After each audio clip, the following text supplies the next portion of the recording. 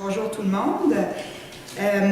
Je vais commencer juste en faisant un petit mot, puis ensuite on ira avec l'ordre du jour. Je voulais juste informer les citoyens que vous avez vu passer dans les journaux qu'il va y avoir des élections à Percé en même temps que les élections municipales, donc à l'automne 2017.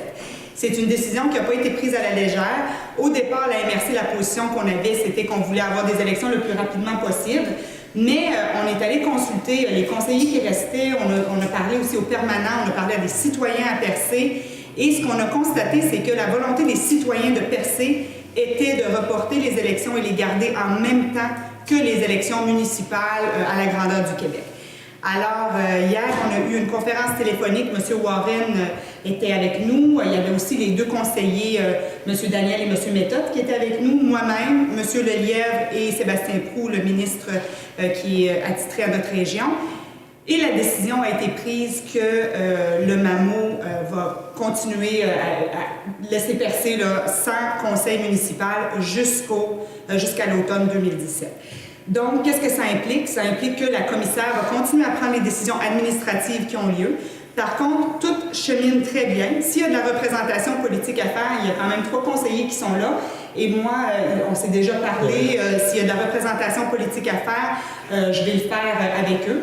Alors, je pense qu'on va être capable de bien laisser continuer, cheminer les dossiers. C'est certain qu'il n'y aura pas de grandes décisions qui vont se prendre, mais les dossiers vont continuer à cheminer. On va être capable là, de faire avancer les choses. Alors, est-ce que vous voulez rajouter quelque chose, M. Warren? Non, c'est bien expliqué, un peu comme tu viens de dire. Mais moi, c'est moi qui, en étant pour maire, c'est moi qui signe les registres. Mais en signant le registre, je peux le refuser d'en signer aussi. Oui, exactement. Ça, là, il n'y a personne qui va nous pousser à dire oui d'autant. Et je pense que c'est ça fait que, oui, c'est ça qu'on s'avait dit, moi et toi. Ça fait que le restant de la ville est bien administré. On a Félix Caron, on a Gémon Vibert, puis une couple d'autres personnes sont très bonnes. Puis tout ce qu'on a comme budget qui a été voté au mois de novembre, on a du surplus un petit peu. Puis sur certaines places, on a eu des bons surplus. Tandis qu'il y a des surplus un petit peu. C'est pas des surplus d'1 million, mais c'est des surplus de 50 100 000 à des places. Ça fait que la ville, je trouve qu'elle est très bien administrée comme c'est là. Puis là, il y a eu des grosses demandes qui s'est faites au point de vue refaire le littoral. C'est ça qui a un peu influencé les décisions qui s'est passées.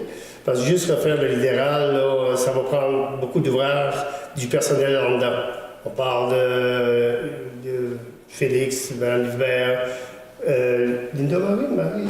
Ghislain. Oui, Ghislain, puis tout le personnel qui est en dedans. Ça va prendre beaucoup d'ouvrages puis beaucoup de temps. Ça fait que c'est un peu pour ça que la décision est rapportée avec d'autres choses à l'automne. Exactement. Alors, c'était juste pour, je voulais prendre une minute pour qu'on en parle, pour qu'on adresse la situation, parce que là, ça passe dans les journaux, mais c'est juste pour rassurer les citoyens là, que la décision n'a pas été prise à la légère.